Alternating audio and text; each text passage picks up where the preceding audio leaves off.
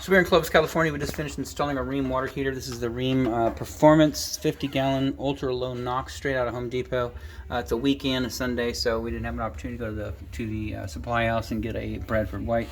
Rheem is a top manufacturer of water heaters, so 6-year parts, 1-year labor, and I would recommend going to Rheem.com, giving the serial number, the model number, and getting this registered so they know that it's installed in your home. So first thing we've done back here, we gave you a brand new shutoff valve. So you can see here, cold water, it's required, hot water not.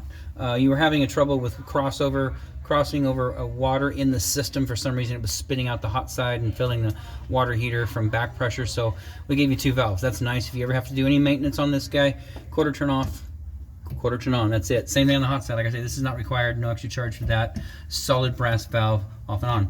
And then of course, brass nipple in the middle, You have iron pipe stub out, nothing we can do about that. That's original to the home, but we did give you new brass valves, new brass nipples. And of course, Falcon stainless steel connectors, 0.725 inside diameter, the largest in the industry. These are ultra flexible. You can take them apart, straighten them out, bend them again. These things will last for the life of the unit. And then some. Occasionally you may have to go in. There's some gaskets in here. You can find these right. Falcon Stainless Steel, their website, or plumbingsupply.com. They sell the replacement gaskets for these, specifically for these units. So then down on the top we have brass extensions, 3/4 female by 3/4 male.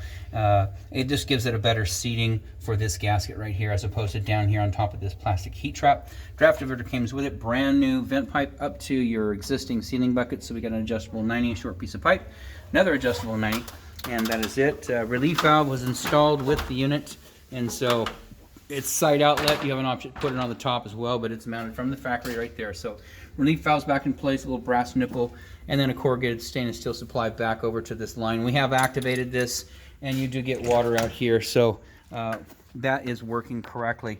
That is the most important feature on this water heater. This valve ever goes off, it's because there's too much temperature and or pressure, and it needs to relieve it. So this thing will pop open, and it will relieve that temperature and or pressure out of the tank, and you won't have a big problem with this. If for some reason this line that we just showed you outside of this door, it starts dripping, leaking, whatever, something may have gone bad with this device right here. We can certainly unscrew it, put a new one in for you, but outside of that, everything looks good up here.